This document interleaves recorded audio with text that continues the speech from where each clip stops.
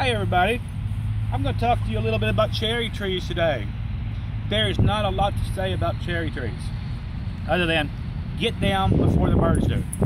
There's many different varieties of cherries. All the cherries are edible, and you know what you can do with cherries. And as far as medicine goes, the leaves are used to reduce inflammation and disinfectant by the medical community. You should never consume a cherry leaf. The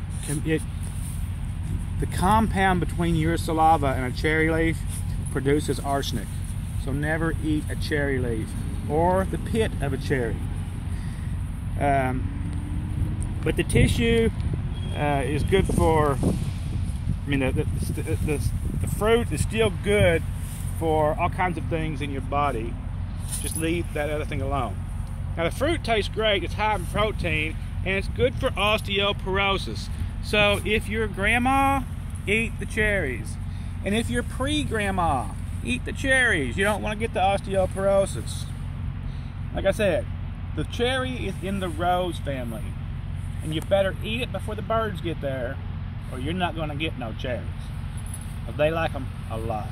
All I got to say on this plant, this tree, there's food in nature everywhere you look. You just know how to look, and you will find it. Thank you.